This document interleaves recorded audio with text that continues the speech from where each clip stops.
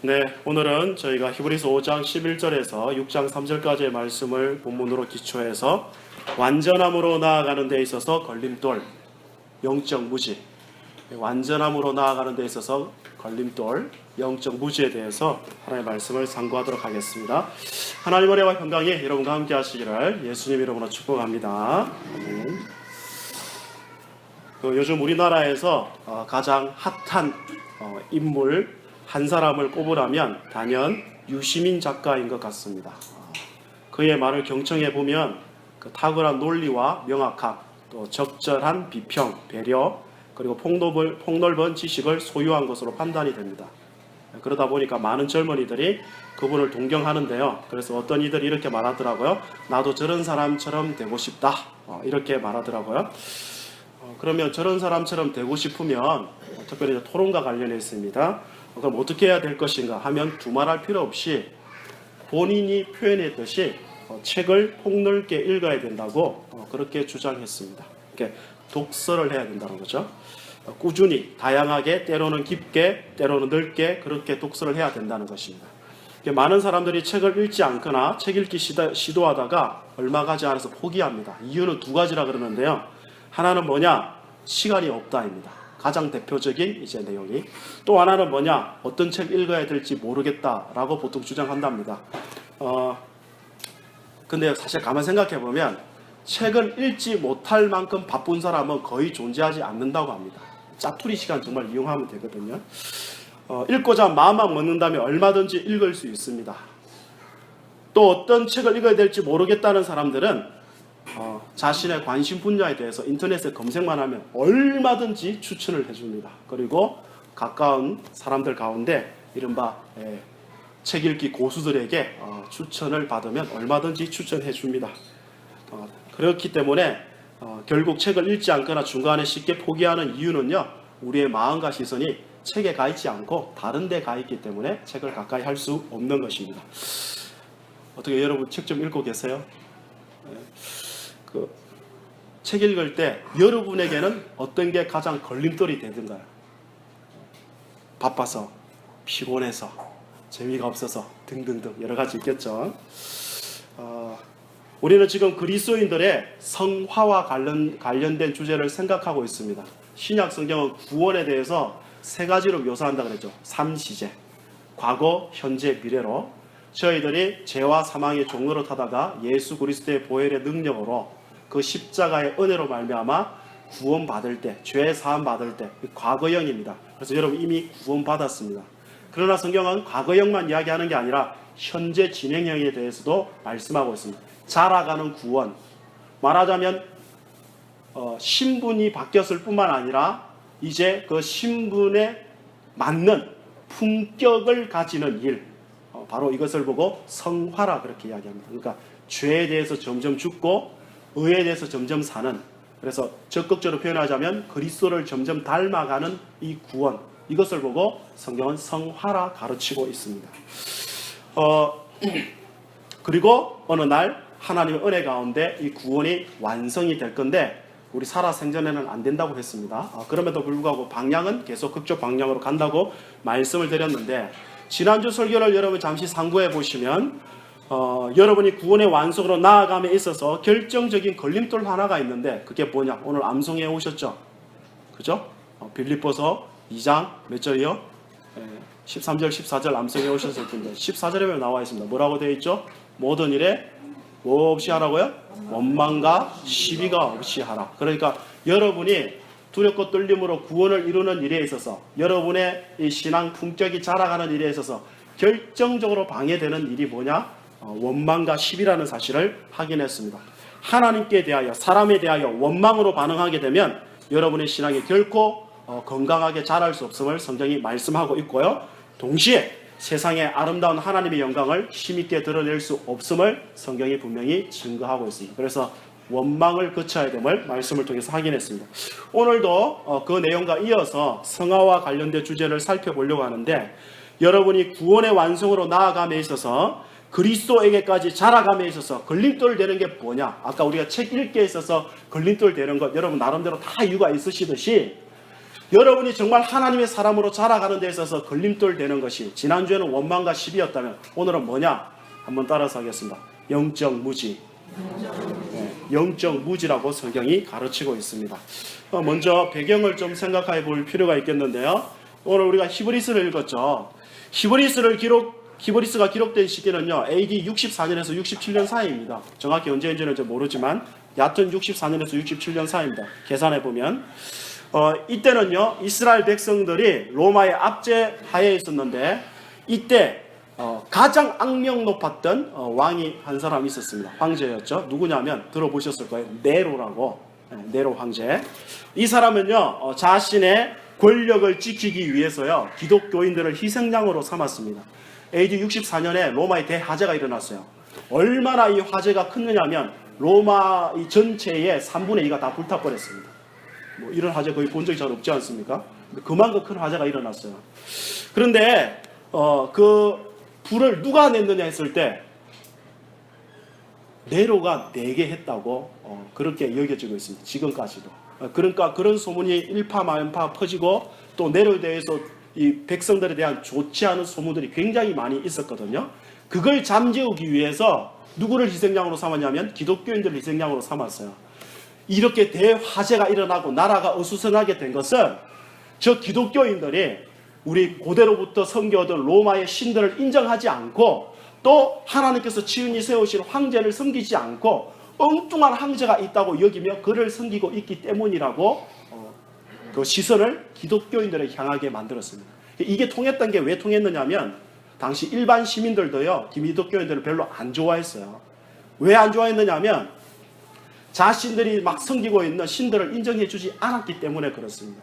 유일한 하나님이 있고 다른 신은 다 가짜백이라 이야기하니까 굉장히 싫어했어요. 게다가 또 기독교인들에 대한 흉흉한 소문들이 굉장히 많았습니다. 왜냐하면 이 사람들이 당시에 모일 시간이 별로 잘 없다 보니까 주로 새벽 일찍, 그리고 또 저녁 늦게 하루 종일 일하다가 모였거든요. 왜냐하면 1차적으로 예수를 믿었던 대다수의 사람들은 계층에, 이 최하층에 있던 시민들이었어요. 그러니까 노예로 거의 다 살았기 때문에 일을 하루 종일 하고 밤늦게나 아주 잠을 줄여서 새벽 일찍부터 나와가지고 같이 자기들끼리 교제하지 않는 한 이게 뭐 모일 수가 없었던 것입니다. 일찍부터 모여가지고 뭐 했느냐, 막 선창식하고 이러니까 그게 와전돼가지고 소문이 인육을 먹는 데더라. 인육을 먹는 데더라. 그리고 모여가지고 맨날 이게 뭐 술이나 마시고, 그래서 뭐 포금이나 하고 굉장히 정서적으로도 윤리적으로 문제가 많다더라. 또 당시에 기독교인들의 인사 가운데 입맞춤이 있었거든요. 우리 성경에 보면 서로 입맞추라 이런 표현이 나오지 않습니까? 뭐 말 그대로 입으로 뽀뽀한다는 거 아닙니다. 아시죠? 이거 보려다가 살짝 하는 거. 그 형제됨의 표로서 그런 입맞춤을 했는데, 그걸 굉장히 뻥튀기 시켜가지고 이 사람들 뭐 굉장히 막 성적으로 난잡한 것처럼 그렇게 소문이 다 나버렸어요. 그래서 기독교에 대해서 굉장히 안 좋은 시선을 가지고 있었거든요. 이런 데다가 이제 문제는 뭐냐면,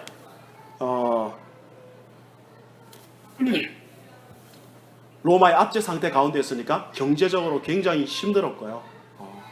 게다가 내외적으로 많은 유혹들과 핍박이 있었음을 기독교 역사는 분명히 증거해주고 있습니다.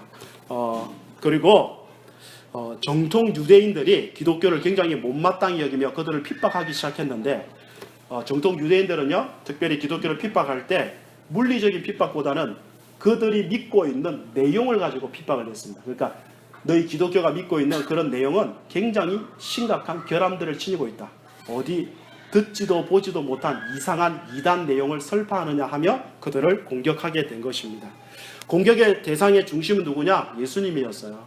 어떻게 하나님이 있으면서 인간일 수 있는 존재가 있느냐?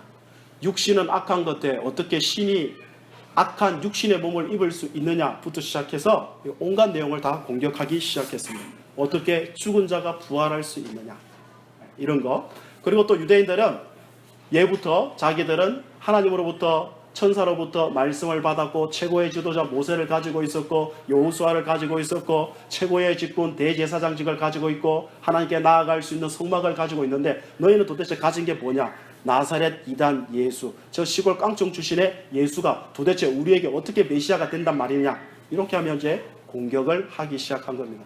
거기에 대한 답변이 히브리서입니다. 조목조목 그 내용 하나하나에 대해서 논증하며 그들이 믿고 있는, 정통 유대인들이 믿고 있는 구약 성경을 가지고 반박하는 내용으로서, 그리고 그 반박함으로 또 신자들의 신앙을 더욱더 견고하게 만드는 내용이 여기 히브리서라는 것입니다. 한마디로 특별히 히브리서 5장부터 보시면 어떤 내용이 펼쳐지느냐, 대제사장직에 대해서 내용이 펼쳐지고 있는데요. 의역을 하자면 이렇습니다. 유대인들이 말합니다. 우리는 하나님께 나아갈 때 우리의 중보자가 되는 분이 있습니다. 그분은 바로 하나님께서 친히 세우신 대제사장입니다. 대제사장은 레위 지파만 될 수 있죠. 우리의 첫 번째 대제사장 아론으로부터 시작해가지고 지금까지 그 반열을 따라 이 영광스러운 일들을 감당하여 우리로 하여금 하나님께 나아가게 만들어주는 그런 분들이 계십니다. 당신들 뭐가 있습니까? 라고 지금 따지는 겁니다. 거기에 대하여 성령의 영감을 받은 히브리서 기자가 이렇게 응수합니다. 한마디로 이런 거죠. 5장 1절부터 이렇게 확인을 해보시면 이렇습니다. 당신들의 대제사장은 죄인이어서 먼저 자신을 위해 제사해야 되죠. 우리의 대제사장은 죄가 없는 분이요. 당신들의 대제사장은 1년에 한 번씩 당신들의 죄를 속하기 위해서 속죄소에 들어가죠. 죄를 정결하게 하는 효과가 1년밖에 안 되죠. 우리의 대제사장 예수님의 속죄는 완전하고 영원해서 한 번만 해도 아무 상관이 없습니다. 단번에 우리의 모든 죄의 문제를 해결하셨습니다. 그리고 무엇보다 당신들의 대제사장은 아론의 반차를 따르고 있죠. 하지만 그 계열의 대제사장의 섬김으로 여러분의 죄의 문제가 해결됐나요? 해결되지 못하지 않았습니까? 우리는 우리의 죄의 문제를 완벽하게 해결해 주시는 영원한 멜기세덱의 반차를 따르는 영원한 대제사장이 있어라고 하며, 지금 아론의 반차를 따르는 대제사장직과 멜기세덱의 반차를 따르는 대제사장직을 이렇게 대조해가면서 논쟁을 지금 펼치고 있는 중입니다. 여기까지 일단 따라오셔야 됩니다. 자, 이런 신학적 논쟁을 하던 사도는요, 논쟁을 하다가 잠시 멈춰요. 그러니까 논쟁을 막 시작하다가 지금 논쟁을 멈춘 다음에 이 편지를 받아들고 있는, 이 설교를 듣고 있는 수신자들에게 지금 상당한 불만을 토로합니다. 지금 이 문자 그대로 원어를 살펴보면 좀 이렇게 표현하면 뭐라 그럴까요? 약간 비아냥거리고 있습니다. 이 사도가 지금 그 자신의 이 설교를 듣고 있는 사람들을 비아냥거리고 있다고. 제가 해볼까요, 오늘 아침에? 그것도 몰라요? 이거를 아주 띠꺼운 표정으로 여러분을 노려보면서 하면 여러분 굉장히 기분이 안 좋으시죠? 근데 정확하게 그거 이상의 내용을 지금 이 히브리서 기자가 히브리서를 받고 있는 수신자들에게 지금 표하고 있다. 상당한 지금 불만을 표하고 있습니다. 어떤 불만이냐면, 사도는 멜기세덱이라는 구약의 인물을 통해서 예수 그리스도의 대제사장직에 대해 논쟁하다가 멈춘 후 더 이상 설명을 할 수 없다고 이야기합니다. 왜냐하면 오늘 성경을 보시면 11절에 너희가 듣는 것이 둔함으로 설명하기 어렵다는 것입니다. 여기서 둔하다는 단어가 뭐냐면 게으르거나 우둔하다는 의미인데요, 사도는 지금 이렇게 말하는 것입니다. 멜기세덱과 예수 그리스도의 관계는 복음의 깊은 비밀을 담고 있습니다. 나는 여러분에게 그것을 지금 전해주고 싶습니다. 하지만 여러분의 마음이 지금 닫혀있고 깊이 생각하기를 싫어하기 때문에 더 이상 설명을 이어갈 수가 없습니다. 라고 지금 이야기하고 있는 것입니다.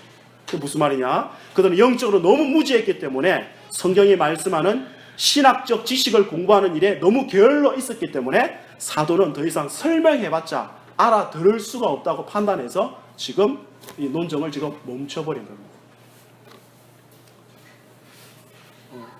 저도 설교하다가 뭔가 못 알아듣는다 싶으면 살짝 짜증이 나면서 빨리 멈추고 대충 끝내야 되겠다는 생각을 굉장히 많이 가집니다. 그들은 왜 영적인 일에 이렇게 게을러졌을까요? 그들은 왜 기독교 진리들에 대해서 이렇게 우둔해졌을까요? 많은 핍박과 박해의 연속 때문이었을까요? 아니면 경제적 곤란 때문이었을까요? 아니면 막막한 현실 때문에 지친 것일까요? 그 이유에 대해서 성경이 직접적으로 묘사하고 있지는 않습니다. 그러나 확실한 게 있는데 그게 뭐냐? 오늘 12절에 이렇게 이야기하죠. 한마디로 보면, 표현을 해보면 유대 그리스도인들의 신앙 연수로 볼 때, 지금 수십 년이 지났거든요. 예수 믿은 지. 신앙 연수로 볼 때 멜기세덱하고 그리고 그리스도의 관계 정도는 충분히 알고 있어야 할 뿐만 아니라 다른 사람에게 가르칠 수 있는 수준이 되어 있어야 마땅하다 이겁니다. 그런데 지금은 충격적이게도 기독교 기초 원리들에 대해서도 다시 배워야 할 지경에 이르렀다는 것입니다.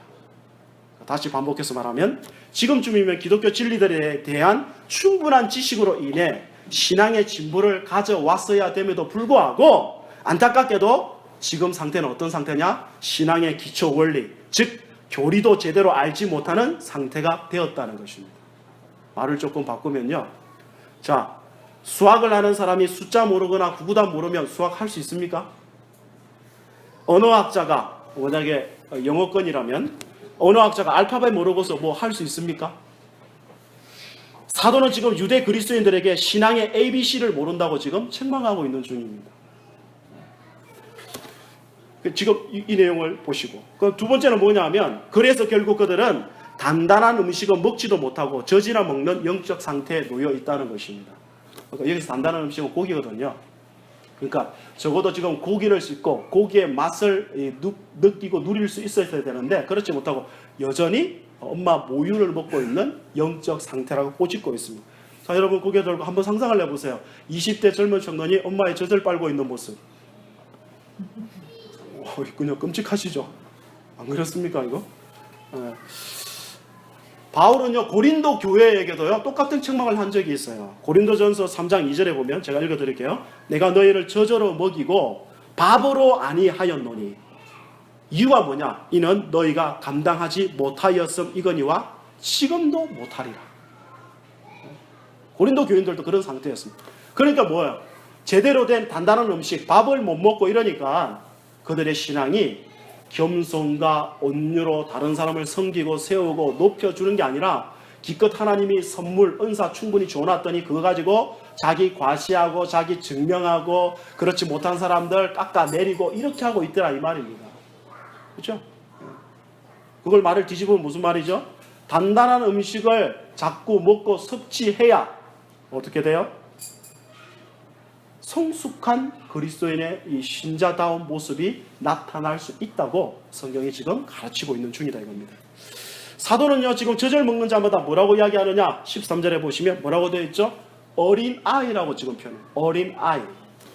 여기서 어린아이라는 단어는요 보통 헬라어에서 쓰는 어린아이라는 단어를 잘 쓰고 있지 않습니다. 보통은 파이디온 이걸 써야 되는데 이 파이디온을 쓰지 않고 뭘 쓰고 있느냐면 아주 생소한 네피오스라는 단어를 씁니다. 네피오스. 이 단어는요 유아 아기라는 의미인데요. 그러니까 지금 우리 교회로 치자면 1살 미만 1년 미만의 아이들을 표현할 때 쓰는 단어라고요. 근데 이거는 어떤 때 쓰는 단어냐면 이해력과 의식 수준이 매우 낮은 자를 비하하여서 표현하는 표현입니다. 비하해서 굉장히 깎아내리고 무시하면서 쓰는 표현이라고. 그러니까 여기서 어린아이라는 표현이 그런 네피오스라는 단어를 쓰고 있습니다. 그러니까 지금 사도가 굉장히 지금 깎아내리면서 그것도 알지 못하고 지금 도대체 뭐 했냐고 뭐 이렇게 지금 막 윽박지르는 거랑 똑같은 표현이다 이겁니다. 이 단어가요 여러 군데 사용되는데 마태복음 11장 25절에서는요 지혜롭고 슬기로운 자들의 반대 개념으로 사용되었습니다. 고린도전서 3장 1절에서는요 신령한 자들의 반대 개념으로 심지어 육신에 속한 자의 동의어 개념으로 사용됐습니다. 고린도전서 13장 11절에서는 유치한 수준이라고 하는 단어에 사용되었습니다. 갈라디아서 4장 3절에서는요 그리스도와 그의 복음을 알지 못하던 상태에 있던 존재 정도로 여겨질 때 그때의 상태를 묘사할 때 사용된 단어가 이 단어입니다. 네피오스예요. 그러니까 지금 사도가 여기서 네피오스라는 단어를 썼으니까 지금 얼마나 이런 이 편지를 받아들고 있는 신자들의 이 영적 상태에 대해서 안타까워하며 지금 설교를 하고 있는지를 짐작할 수 있다 이 말입니다.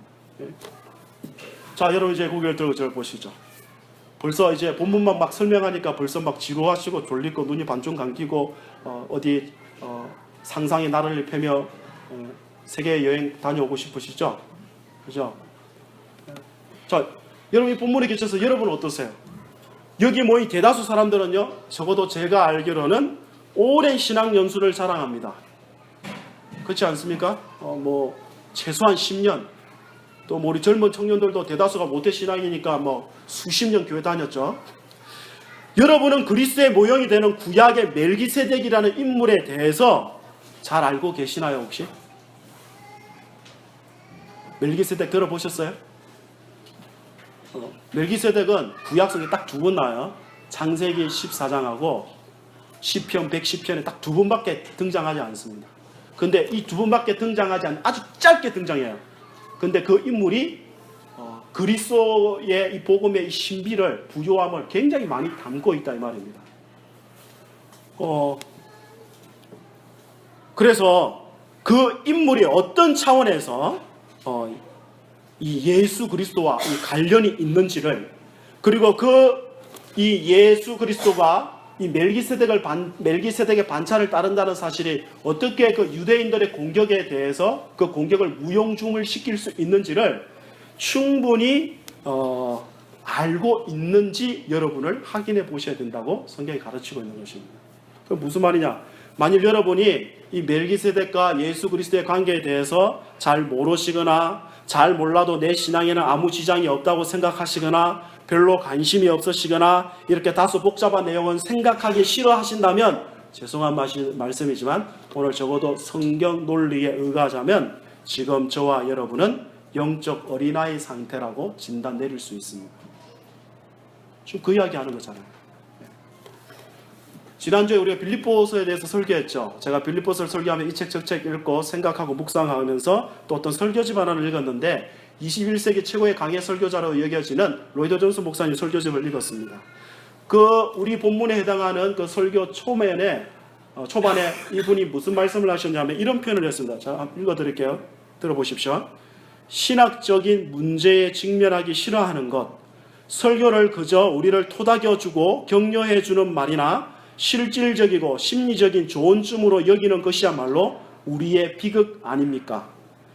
우리 조상들은 이런 구절에 대할 때, 그러니까 복잡하고 어려운 구절을 말합니다. 그런 구절을 대할 때 흥분되어 어쩔 줄 몰랐습니다. 그 말씀에 대하여 토론하기를 고대했고 그 일에 푹 빠졌습니다. 이때 우리 조상들은 무슨 학자들 계층이 아니고 농사짓는 농부들이었습니다. 그걸 간신히 깨우친 사람들. 많은 현대인들은 목사가 들리는 설교를 해주기를 원합니다. 그죠? 여러분이 왜 설교 시간에 자꾸 눈이 감기고 생각이 딴 데 가고 이러느냐면 들리는 설교를 하지 않다고 여기기 때문에 그렇습니다. 그 말은 무슨 말이냐면, 자, 여러분 어떤 설교가 때로 잘 들리시죠? 좀 생각해 보세요. 어떤 설교가 들리시죠? 여러 가지로 묘사할 수 있겠지만 그 중에 핵심 중에 한 가지는 무엇이냐면요, 내 관심 분야. 지금 내 관심이 지금 어디가 있느냐, 지금 내 상황이 어떠하냐와 연관된 내용이 귀에 잘 들어옵니다. 딴 생각이 들다가도 지금 내가 고민하고 힘겨워하고 있는 문제가 말씀을 통해서 등장하게 되면 그 귀에 왠지 모르게 마음이 끌리도록 되어 있습니다. 물론 사람마다 상황은 다 다릅니다. 물론 비슷한 부분도 있겠지만 다 차이가 있어요. 자, 그러면 제가 물어볼게요. 어느 분의 상황에 설교를 맞춰야 될까요? 어떤 분의 상황에? 자, 여기 보시면 우리 교회가 사람 숫자 그렇게 많이 안 되지만 그래도 여기는 분명히 사업 때문에 고민하시는 분이 계실 거예요. 아이 교육 때문에 고민하는 분이 계실 거예요. 부부관계 문제로 갈등하면서 힘겨워하는 분이 계세요. 공부는 안 하면서 시험기간이라고 걱정하는 학생들이 있습니다. 나이는 점점 많아져 가는데 여전히 짝이 없는 청년들이 있습니다. 뭐 더 많이 이야기할 수 있지만 그러면 누구한테 맞춰서 설교해야 될까요? 네. 그러니까 이건 생각해보면요, 설교는 신자들의 상황을 가지고 출발할 수가 없다는 뜻입니다. 1차적으로. 그럼 어떻게 출발이 되느냐? 주어진 본문을 가지고 시작해야 되죠. 그리고 그 본문의 상황, 역사적인 정황, 그리고 그 본문에 나타난 하나님, 그리고 우리, 그리고 그것을 통하여 그 안에서 주시는 메시지를 전해야 되는 거죠. 그리고 그 메시지가 전해지면 성령이 역사하여 각자의 상황에 맞게 그것을 적용할 수 있도록 도와주는 것이거든요. 네? 이렇게 설교가 되려면요, 차분하게 그 본문을 먼저 해석을 해야 됩니다. 한국 교회 설교의 안타까운 점은, 물론 전부 다 그런 건 아니지만 안타까운 점은 뭐가 없느냐? 해석이 없어요. 그리고 바삐 어디로 가느냐? 적용으로 달려갑니다. 성도들도 뭐 하기를 원하느냐? 성경을 가지고 고리타분하게 여기 갔다 저기 갔다, 단어 의미가 뭐냐, 문장의 의미가 뭐냐, 이게 목적이냐 결과냐, 이런 거 생각하면 머리 복잡하고 힘드니까 뭐 해주기를 원하느냐? 핵심만 빨리 딱 정리해가지고 빨리 뭐 하기를 원해요? 적용으로 가서 그래서 어떻게 살라고요? 이거 해주기를 원하는 거죠. 그러나 성경은 일단 우리나라 언어가 아니잖아요. 그죠? 물론 우리나라 번역으로 번역이 되어 있지만, 그러나 당시 이 성경은 그 보통 시장 바닥에서 장사할 학력 정도의 사람의 언어로 기록된 겁니다. 원래 헬라어가. 그러나 이게 이제 이른바 물 건너왔기 때문에 번역이 필요하고, 그 번역을 하게 되면 당연히 사상이 주입되거든요. 그럼 해석을 해야 되잖아요. 그죠? 문법적으로, 역사적으로, 신학적으로 해석을 해야 됩니다. 그리고 그 해석한 내용을 이 시대로 가져와가지고 이 시대를 살고 있는 성도들에게 지금 선포를 해야 됩니다. 이렇게 설교하고 이런 설교를 제대로 들으려면 여러분 어떻게 해야 될까요? 마음의 준비를 단단히 하셔야 되겠죠. 오늘 성경이 어떻게 해야 되느냐? 어떻게 해야 된다고 이야기하느냐 하면 14절 한번 보실까요? 14절 가보겠습니다. 시작. 단단한 음식은 장성한 자의 것이니 그들은 지각을 사용함으로 연단을 받아 선악을 분별하는 자들입니다. 여기 한 가지 이제 힌트가 있는데, 성경적으로 신학적으로 탄탄하고 논리적으로 일관성이 있고 신자들의 신앙을 견고하게 세우는 설교를 잘 하고 잘 듣고 내 것으로 만들기 위해서는요, 뭘 사용해야 되느냐? 뭘 사용해야 된다고요? 지각을 사용해야 된다. 지각을 사용해야 됩니다. 한마디로 과연 그러한가 생각을 하라는 것입니다. 저게 정말 성경적인가? 문법적으로 맞는 표현인가? 신학적으로 일관성이 있는가? 그리고 그렇다면 저게 도대체 나하고 무슨 상관이 있는가? 과연 그러한가? 어저께 그것이 알고 싶다 해서 베레아파에 대한 이런 문제들을 이제 언급했는데, 사실 성경에 나오는 베레아 사람들은요 굉장히 괜찮은 사람들이지 않습니까? 사도행전 17장에 보시면 하나님의 말씀을 받고 그들은 신사적이어서요 곧바로 아멘 아멘 이렇게 한 게 아니고 생각하고 또 생각한 사람들입니다. 과연 그러한가? 굉장히 지적인 사람들이었다고.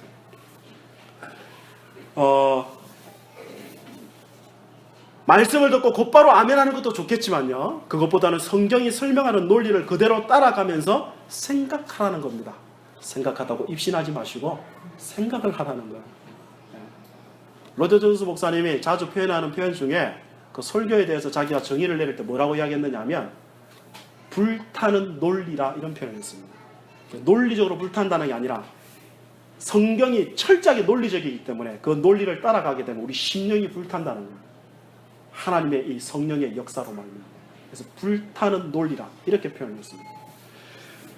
여러분, 생각하는 것은요, 말씀을 붙잡고 생각하는 것은 모든 신자가 훈련해야 될 덕목입니다. 그래서 지각을 사용함으로 뭐요? 연단을 받아 이런 표현을 쓰고 있지 않습니까? 하나님의 말씀을 읽고 들으면서 생각할 때, 그리고 그런 훈련이 반복될 때 이런 신자는 뭐 할 수 있느냐? 비로소 선악을 분별할 수 있게 된다고 합니다. 여기서 선악을 분별한다는 것은 두 가지 의미인데, 하나는 이게 진리냐 비진리냐, 또 다른 하나는 뭐냐면 이런 상황일 때는 이렇게 하는 것이 옳으냐 저를 이렇게 하는 것이 다 틀렸냐, 이걸 분별할 수 있는 그런 분별력이 생기기 시작한다고 성경이 가르친다는 것입니다. 이처럼 하나님의 말씀을 붙잡고 생각하는 그리스도인들을 향하여 성경은 성숙한 그리스도인들, 어른답다고 성경이 말씀하고 있습니다. 이런 사람은요 쉽게 흔들리지 않고요, 이런 사람은 죄를 멀리하게 됩니다. 이 표현 하나하나 지금 제가 하는 게 히브리서 전체에 퍼져 있는 표현들입니다. 하나님께서 그리스도 안에서 허락하신 신앙의 방편들을 이런 사람들은 적극적으로 활용하려고 합니다. 그리고 그가 주신 사명에 힘을 다해서 헌신하게 됩니다. 그 반대로 거꾸로 되는 일은 뭐죠? 거꾸로 죄를 가까이 하게 되고 사명에 헌신하지 않고 신앙의 방편들을 적극적으로 활용하지 않고 쉽게 흔들리고 넘어지는 사람들은요, 결국 뭐한 사람들이죠? 여전히 어린아이 상태에 있기 때문이라고요. 다른 말로 하나님의 말씀을 붙잡고 생각하지 않기 때문이라는 것이죠. 한 가지 꼭 기억해야 될 게 있는데, 영적 게으름과 나태함으로, 아까 둔하다는 표현이 적어도 이건데, 하나님의 말씀 배우기를 갈망하고 실천하지 않기 때문에요, 그 사람은 타락하기 쉽답니다. 그게 6장 4절에서 6절까지입니다. 한번 비침을 받고 하나님의 은사를 맛보고 성령의 참여함 받고 하나님의 선한 말씀과 내세의 능력을 맛보고도 타락한 자들은 다시 새롭게 하여 회개하게 할 수 없나니 이는 그들이 하나님의 아들을 다시 십자가에 못 박아 드러내놓고 욕되게 함이라. 이게 지금 어떤 문맥으로 이어지고 있습니까? 이렇게 마땅히 너희가 지금 장성한 자, 신앙의 어른이 되어 있어야 되는데, 생각을 해서 말씀을 붙잡고 정말 신앙의 진보를 나타내고 있어야 되는데 그렇지 못하게 되므로 어떤 일이 벌어져요? 타락했더라. 이거 타락했더라. 동시에 이 영적 어린아이는요, 영혼의 사냥꾼들에게 쉽게 먹잇감으로 노출됩니다. 똑같은 내용인데요, 우리 에베소서 한번 찾아보실래요? 4장 한번 펴보십시오.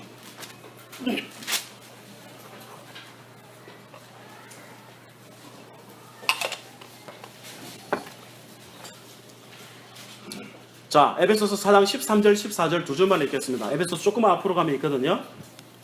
313페이지에 에베소서 4장 13절 14절입니다. 같이 한번 읽도록 하겠습니다. 시작. 우리가 다 하나님의 아들을 믿는 것과 아는 일에 하나가 되어 온전한 사람을 이루어 그리스도의 장성한 분량이 충만한 데까지 이르리니 이는 우리가 이제부터 어린아이가 되지 아니하여 사람의 속임수와 간사한 유혹에 빠져 온갖 교훈의 풍조에 밀려 요동하지 않게 하려 함이라.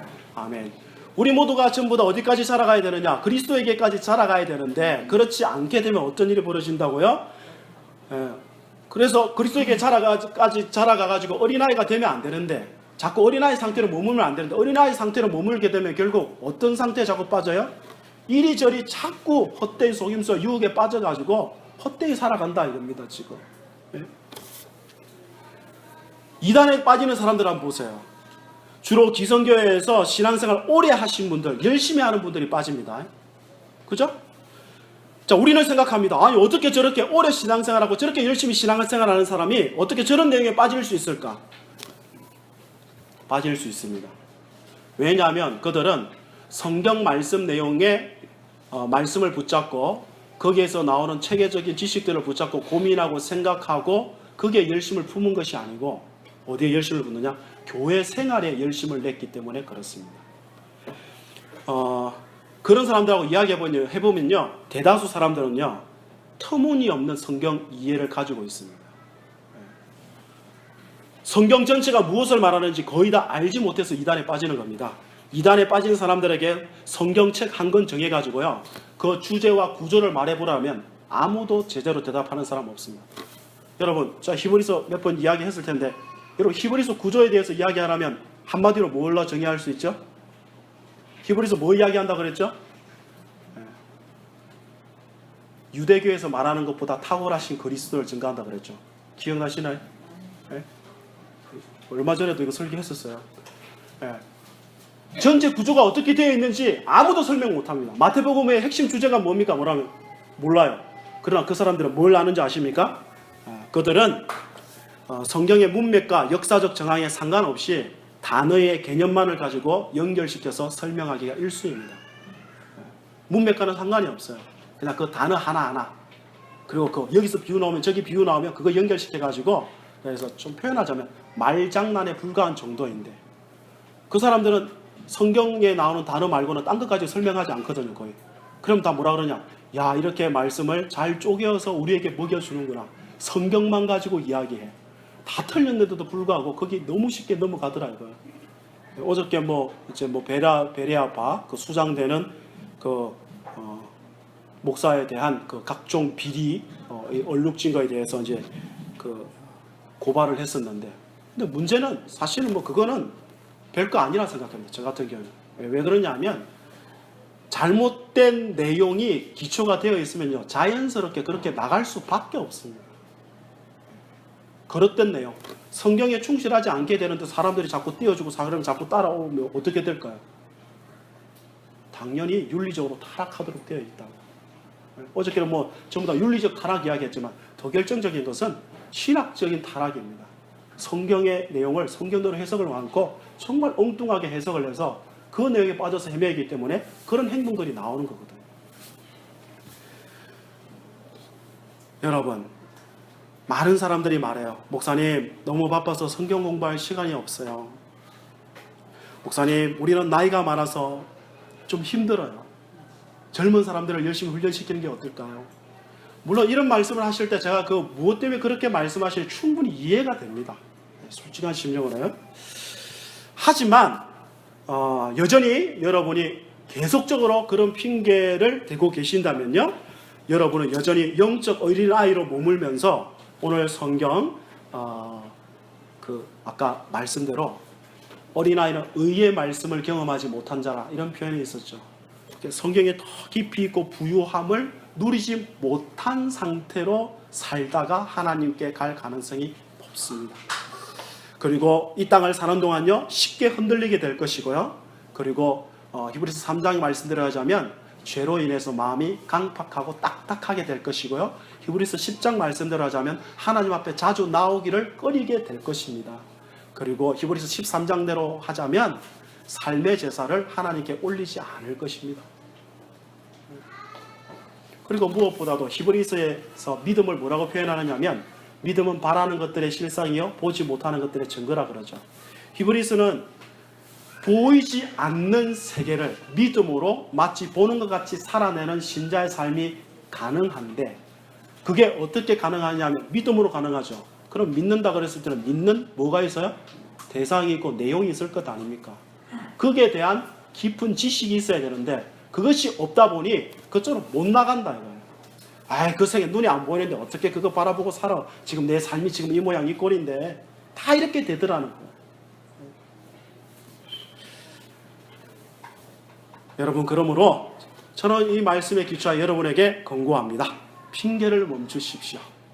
그리고 신학을 공부하는 것은 목사나 교회 지도자들에게만 요구되는 것이 아니라 신자라면 누구를 막론하고 열심을 품어야 될 내용이라는 것입니다. 아까 말씀드렸죠. 이 시대의 신자들은 대다수 누구였다고요? 노예들이었다고. 노예들. 자기의 의지로 쉴 수 없는 자들. 이른바 주인들에게 갑질을 당하고 있는, 주인에게 소유 취급을 당하고 있는 사람들이었다고.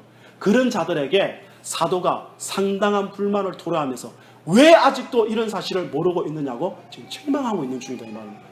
그렇다면 우리가 도대체 어디다 핑계를 댈 수 있냐 이 말이에요. 여러분, 잠언 23장 23절 이런 말씀이 있어요. 들어보세요. 진리를 사되 팔지는 말며 지혜와 훈계와 명철도 그리할지니라. 그 진리와 지혜와 훈계와 명철은 뭐예요? 사야 된다 이겁니다. 무슨 말이죠? 진리는 값을 지불하고 살 만큼 충분한 가치가 있다 이 말입니다. 그러니 진리의 체계적 지식을 얻기 위해서 여러분 어떻게 해야 돼요? 값을 치르고 대가를 치르고 최선을 다해야 된다 이 말이에요. 사도 베드로는 우리에게 이렇게 권고했습니다. 베드로전서 3장 15절. 너희 마음에 그리스도를 주로 삼아 거룩하게 하고 너희 속에 있는 소망에 관한 이유를 묻는 자에게는 대답할 것을 항상 준비하라 그랬습니다. 여러분이 가지고 있는 소망의 이유에 대해서 누가 물어보든지 간에 얼마든지 대답할 수 있도록 준비를 해야 되는데, 세상적인 이야기로 말고 성경을 가지고 대답할 내용을 준비하라입니다. 어떻게 누구에게나 왜 예수 그리스도를 믿고 섬겨야 되는지에 대하여 설득력 있게 설명하실 수 있으신지요? 여러분, 죄송하지만 우리 교회는 권사님들이 계십니다. 그렇죠? 권사님의 권자는 권할 권자라 말씀드렸죠. 식당 공사 열심히 하는 게 권사의 일이 아닙니다. 물론 그거 열심히 하셔야 됩니다. 또 오늘부터 간둔다 이러지 마시고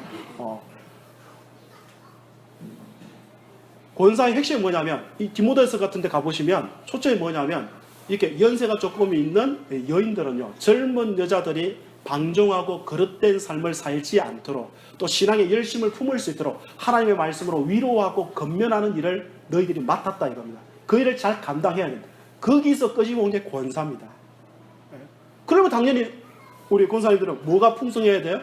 속에 하나님의 말씀이 풍성해야 되는 거예요. 성경 전체가 무엇을 말하고 증거하는지가 일단 잘 정리가 되어 있어야 되고요. 그리고 그게 그 사람의 상황에 맞게 적재적소에서 말씀이 나와야 되는 겁니다. 그게 권사님입니다. 그럼 다른 직분자도 두말할 필요가 없어요. 목사는 더 말할 필요도 없고요. 복음주의 최고 지성 중 한 사람이라 불리는 마크 놀 교수가 복음주의권의 안에 있는 사람들에 대해서 이렇게 표현한 적이 있습니다. 복음주의라는 것은 성경의 무엇을 묻고 예수 그리스도의 십자가와 부활을 믿는 사람들을 말하는 건데, 이 사람들에 대해서 뭐라고 이야기했느냐 하면, 잘 들어보세요. 마지막입니다. 복음주의 지성의 스캔들은, 그러니까 복음주의 지성의 최고 문제점이 뭐냐? 복음주의 지성이 대단하지 않다는 것이다. 이거 엄청나게 꼬집는 표현입니다. 한마디로 무슨 말이죠? 똑똑한 놈이 없다 이거예요. 그들의 영적인 선조들과 달리 현대의 복음주의자들은 하나님 아래서의 포괄적인 사고를 추구하거나, 우리가 말하면 기독교 전반적인 지식, 교리를 말합니다. 기독교적 관점을 따라 빚어진 최대 한도의 지성을 추구하지 않는다라고 꼬집었습니다. 이 복음주의 지성의 스캔들이라는 마크 놀 교수의 유명한 책이 있거든요. 한번 읽어보시면 참 좋겠어요. 정말 탁월합니다.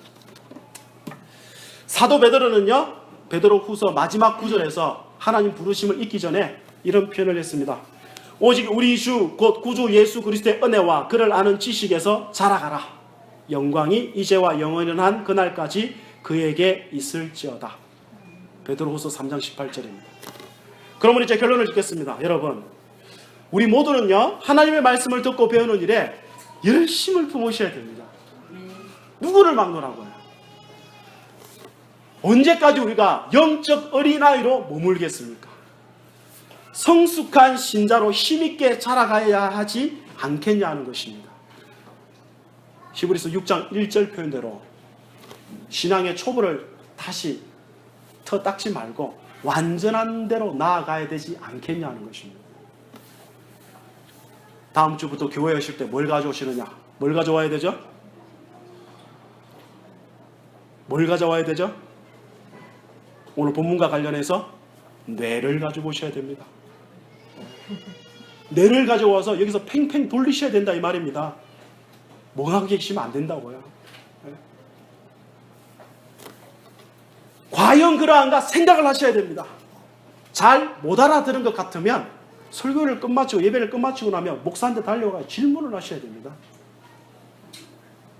그리고 우리가 별 장치는 없지만 유튜브에다가 매주마다 이제 설교를 올리지 않습니까? 찾아가지고 다시 들어보셔야 돼요.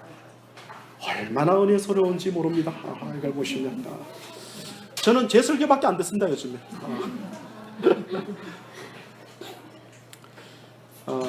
그리고요, 다 바쁘세요. 젊은 사람 바쁘고 다 압니다. 누가 몰라요 그거를.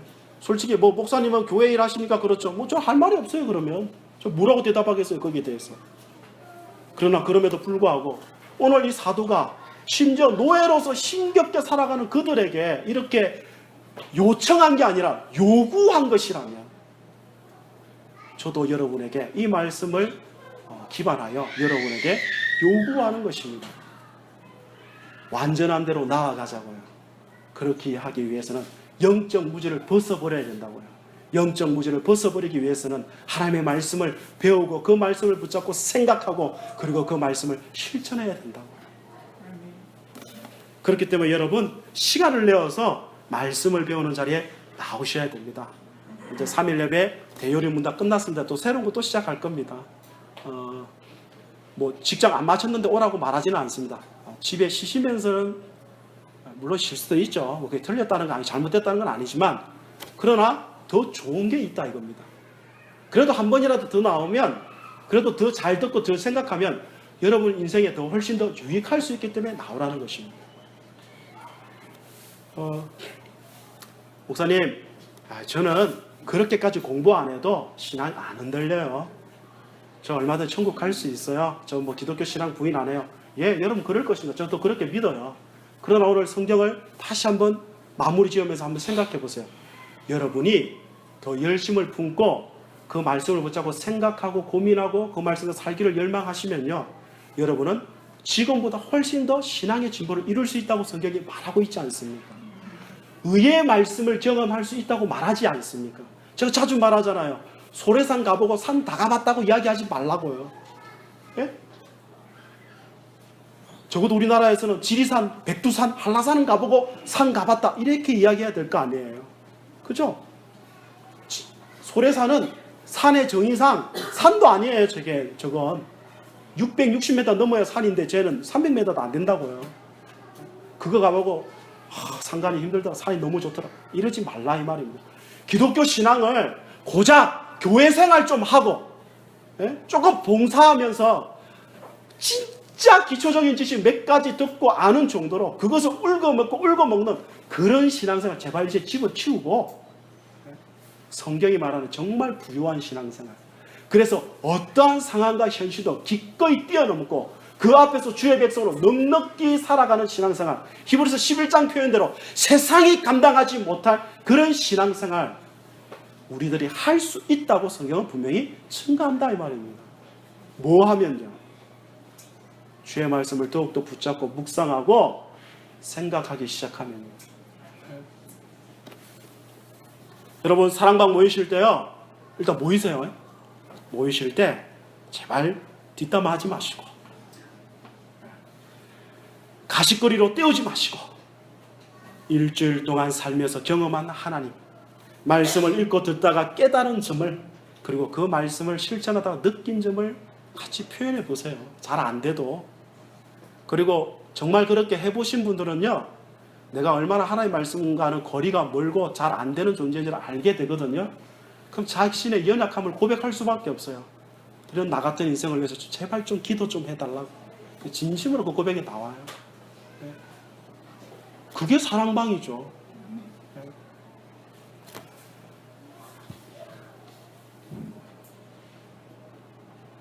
그럼 우리 여러분, 이게 오늘 뭐에 대한 설교냐면 우리 교회 5가지 상 중에 2번째에 대한 설교입니다. 신자들의 삶을 세우기 위한 신학을 추구한다는 내용, 여기에 관련된 설교인데, 여러분 저는 마지막으로 다시 한번 이 말씀에 기초하여 갈망합니다. 여러분 배우는데 열심을 내셔야 되겠습니다. 마지막 이런 예로 한번 맞춰볼까요? 날씬한 몸매를 원하십니까? 뭐 해야 되죠? 다 압니다. 뭐 해야 되는지, 음식은 뭘 먹지 말아야 되는지, 어떤 운동을 해야 되는지 주위에 얼마나 많습니까? 근데 저의 몸매를 보십시오. 그냥 이렇습니다. 왜 그렇죠? 실천을 안 하기 때문에 그렇습니다. 그 방편을 사용하지 않아서 그렇습니다. 그렇지 않습니까? 신앙이 강건하기를 원하십니까? 뭐 하셔야 되죠? 하나님께서 허락하신 방편을 적극적으로 활용하시면 됩니다. 그러면 건강해지고 단단해지십니다.